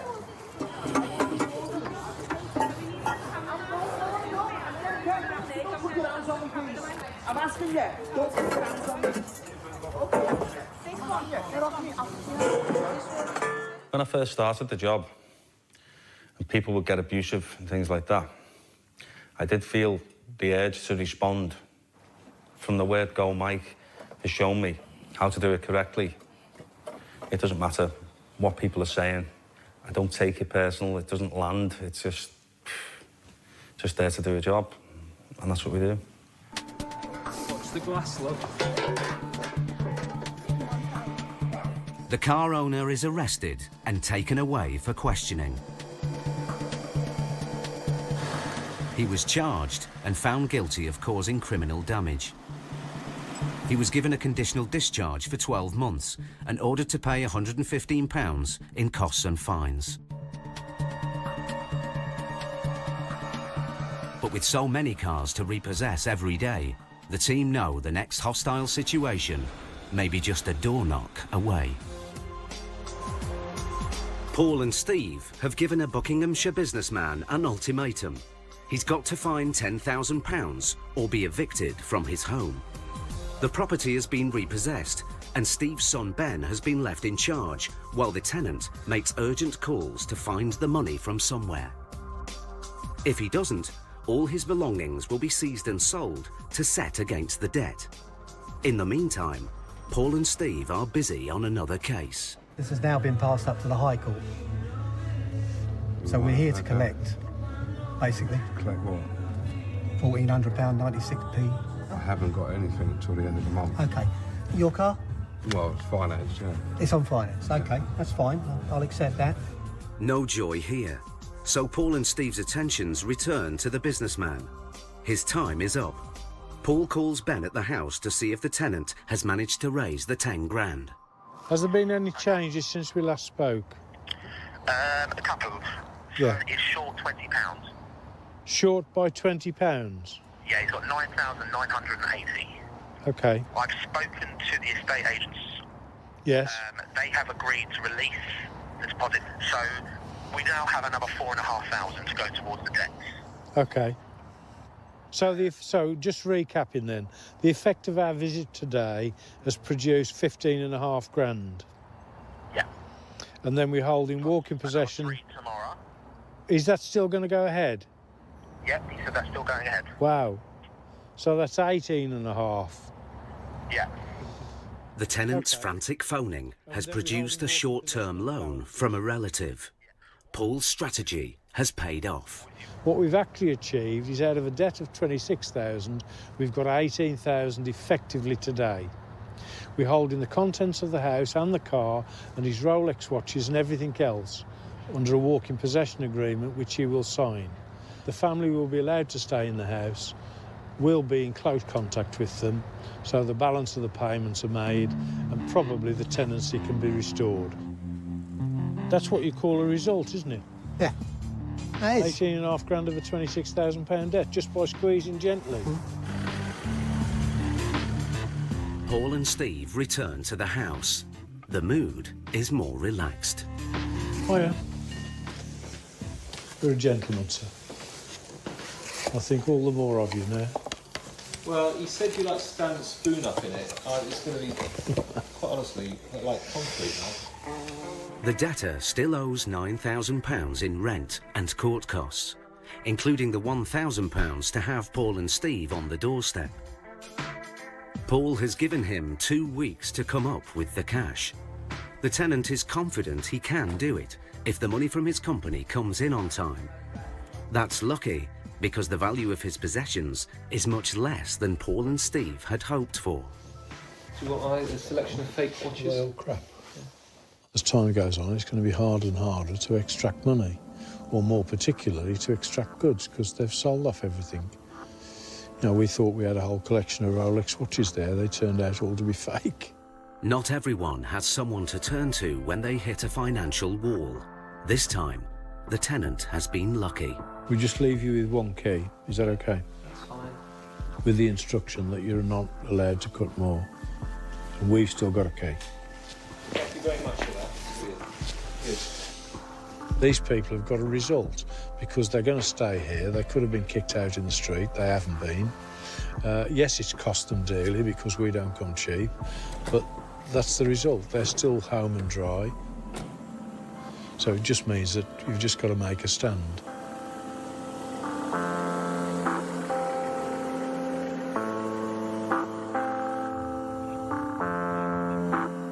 Next, Steve and Paul move on to an even bigger house, with a very different outcome.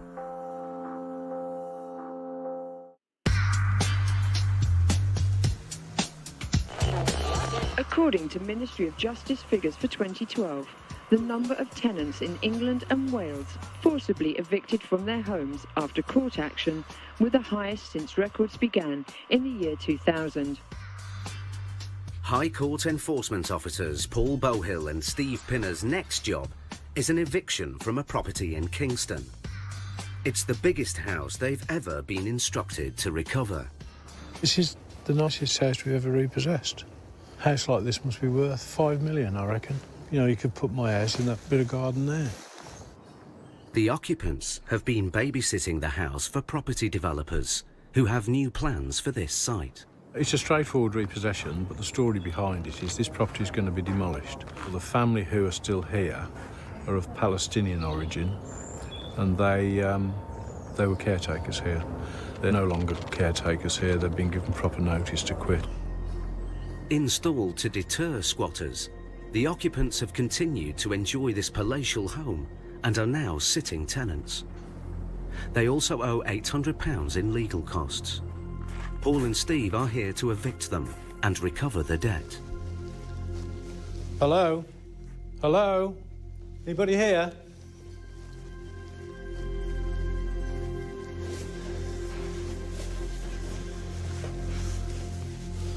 The place is huge, it's like a maze. I'm ashamed to knock this down, isn't it? There's no sign of the tenants in the main house, so it's the tradesman's entrance round the back for Paul and Steve. Hello? Hi. But we have to leave after 21 days. No, today is the day, yes. The appearance of two sheriffs isn't a surprise for the women, but the notice period is a real shock. You've had the eviction order. No, we haven't received any letter. Oh. We checked yesterday, and there is no mail. I don't think we have enough time to do it today. You have 2 hours to take your personal belongings out, and if you need to come back again to remove the rest of the stuff, that can be done by appointment. You I can't. need more than 2 hours. I don't want to come back here, please. Well, no, I'm sorry, it can't be done. We're now going through the usual thing, tears. The other lady who's with her is actually her sister-in-law. Her husband's off looking for a flat now, so all of this defies what she's just told us, but they didn't realise they had to be out today. Well, that's OK, we accept that because the High Court is quite rapid. Proceedings issued in the High Court are the ultimate sanction to get a sitting tenant out immediately. There's always a reason why they're entitled to stay and why the landlord isn't entitled to have his property back. Perhaps I'm just being cynical. Sure. Could that be possible? So. Cynicism based on 50 years of experience. 50 years of cynicism.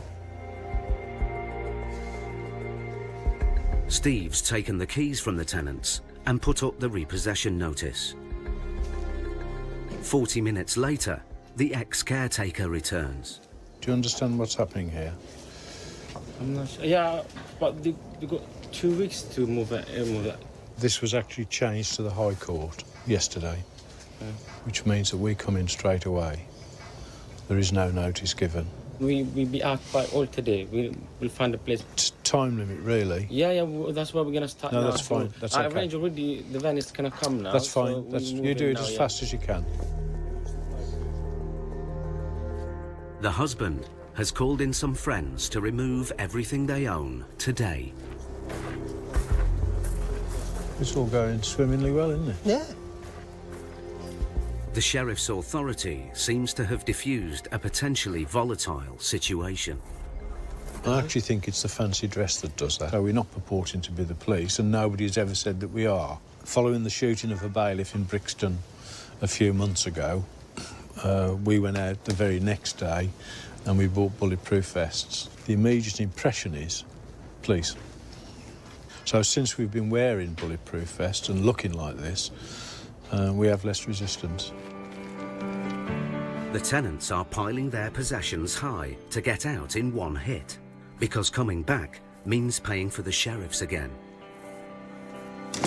The building's secured and everything's turned off to ensure no one is running up any unnecessary utility bills. You'd be lucky. OK, take care. Thank you. And the caretaker has also cleared his debt, the High Court costs of around £800. That's all done and dusted. It's taken a bit longer than we thought. 2:45. It should have been gone by 12:30, but that's OK. The biggest house Paul and Steve have ever repossessed is back in the hands of the developers. Now the tenants have gone, the house probably won't be here for much longer.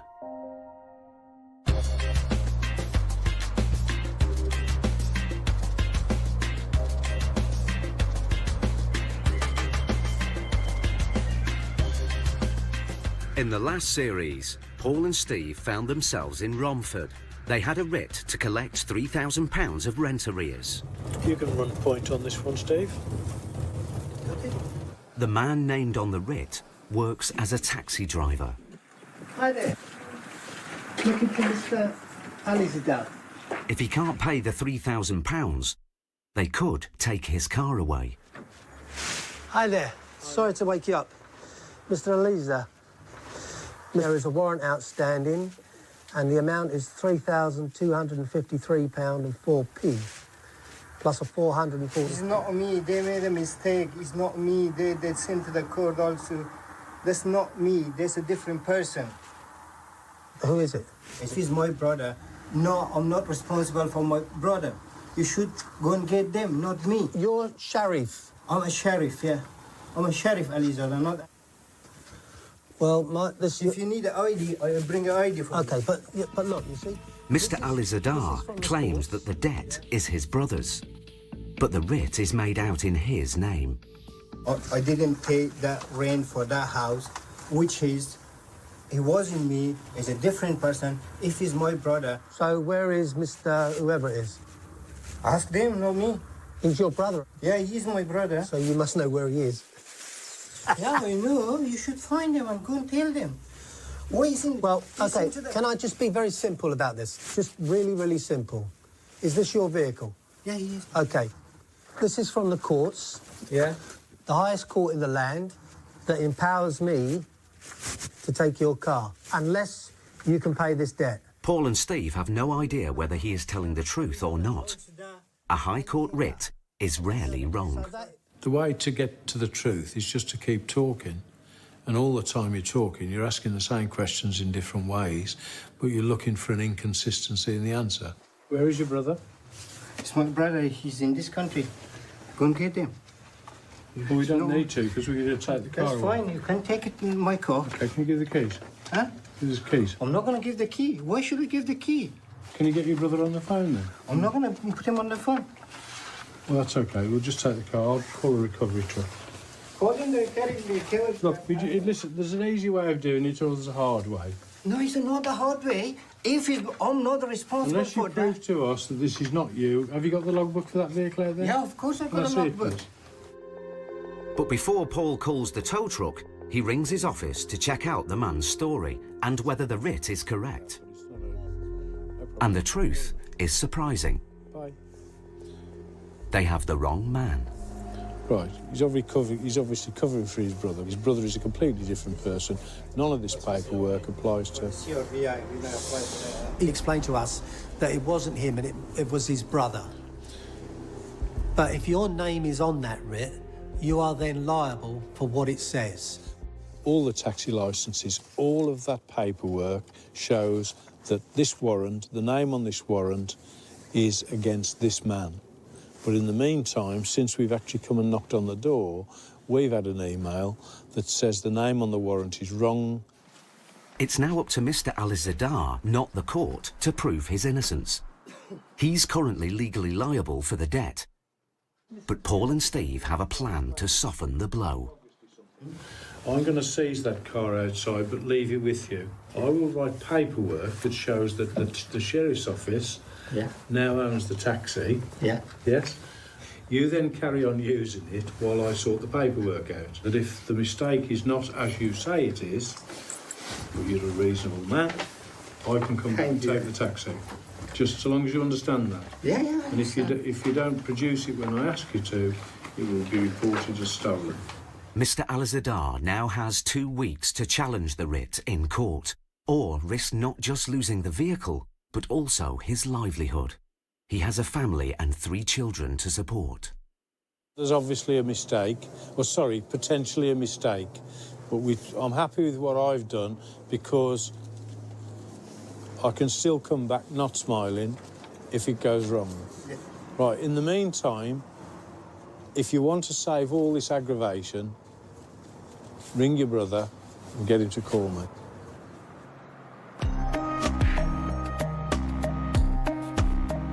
Paul and Steve are returning to Romford. The debt has risen by a further £700, and Mr. Alizadar hasn't been to court. So while Paul and Steve know he's the wrong man, the writ commands them to collect on the debt. The bloke has not made an arrangement to pay yet, so we're going to go back and give him the bad news that we're expecting him to pay. It's £3,915 today. You want to lead on it, too? You did the last time. He thinks you're Mr. Nice Guy. Hi, how are you? I'm okay. How are you? Very well, thank you. We still have a problem. We haven't heard from anybody with regards to this. So the situation is now that because your name is on all our paperwork, we are coming to you for this. Because this has come from the High Court, The writ has been done. It's in your name. Yeah, it's and my name. you're responsible for it as far as the High Court is concerned. The last thing I want to do, or sorry, we want to do, is to take your car away. Because it's a nuisance to us, it's a nuisance to you, and it might all go wrong. Listen, in real terms, how much money could you get now? The money, I can get £200-300. No, we're looking for £2,000 at least. I can give you £200-300. With the deadline up and Mr. Alizadar unable to pay the debt, Paul is duty-bound to enforce the warrant. The sheriffs have to seize the taxi. I'm only concerned, this warrant's telling me what to do, and I'm actually going to do what the warrant tells me to do. That's fine. You want to put the car? Let me bring the key and take my stuff from there. If I was in this gentleman's shoes, I'd have been on the phone to my brother and asked him, what have you done? What's the situation? Why have you got these people knocking on my door? But he seemed to be reluctant to do that. I don't know why. It also means that Mr. Alizadar will be without his family transport and out of work. I'm sorry to have to do this. That's fine, that's fine. It isn't fine, and I feel just as bad about it, but, you know... You gave me a chance last time. I did. Which is, we thought is finished. Yeah. You're not going to come back. It's cost £444 for our attendance today to remove it. So it's just cost him another £450, if you like, plus whatever the other costs are on it. So the debt started off at £2,400, it's nigh on £4,000 now. This is where it goes out of control. And the easiest way to resolve this is to get the money. Mm-hmm. That's the easiest way, and fight about it afterwards, because every day that we've got this car, you're losing your wages. All right, sir. Is there anything... Tea, coffee, cold drink? No, sir, we're OK, thank you. We're OK. He's a really nice guy, though. I mean, you take the man's car away and he's living away and he invites you in for coffee. Take care, sir. OK, thank you. If we can get this solved in a few days, we'll bring you back. I hope it's... Thank you. All right. I hope that we're going to sort them out tomorrow. OK, thanks very much. Everything easy. Bye-bye.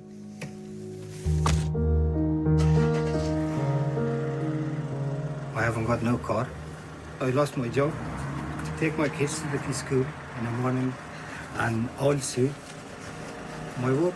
Now Mr. Alizadar has 2 weeks either to pay the money or get the writ changed. If he doesn't, his taxi will be sold.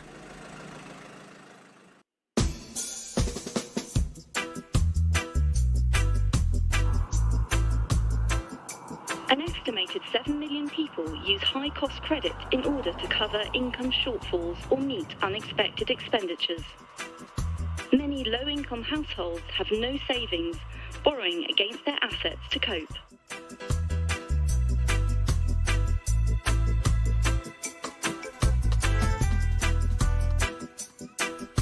This morning, Mike Allenby and Terry Jones are en route to repossess a people carrier that's been used as security on a loan. The debtor has missed repayments and is now hundreds of pounds in arrears. The difficulty with these sort of jobs, especially when the asset is a vehicle, the vehicle is used every day. Yeah. They go to work like everybody else, so you've only got like a window of opportunity, haven't you? Yeah. A lot of people work during the day. They get up early and they go to work in the car. So obviously we have to get up before they do, get to the property, try and find the car before they head off. Hey? There it is. That's it.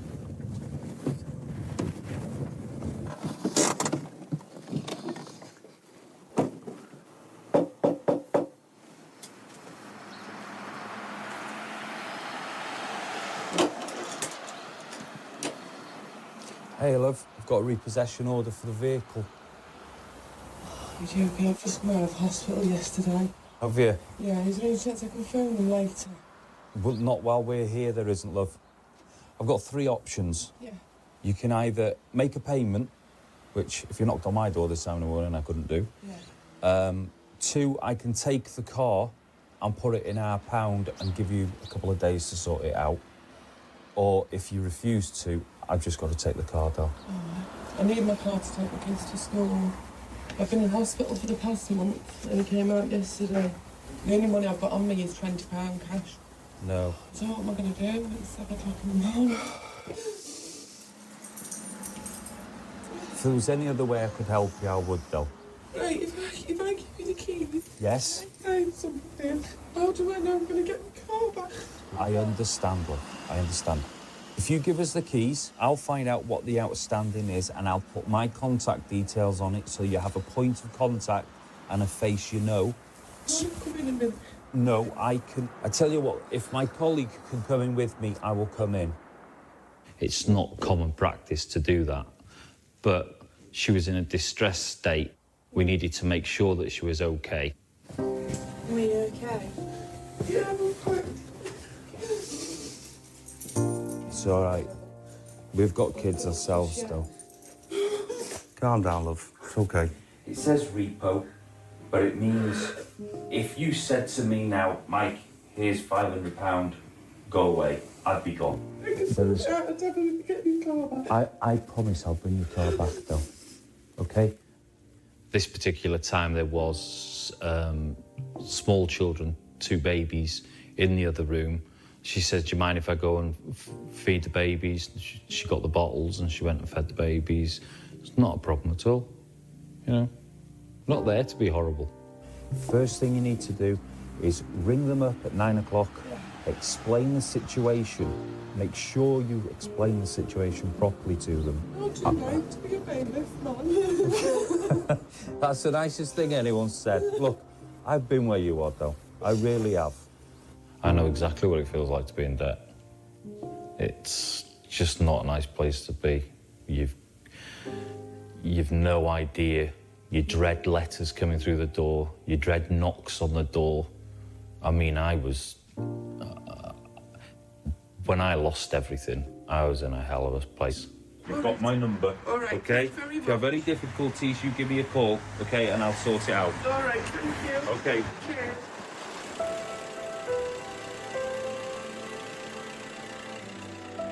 Unless the owner can find the cash to pay, this could be the last she sees of her car.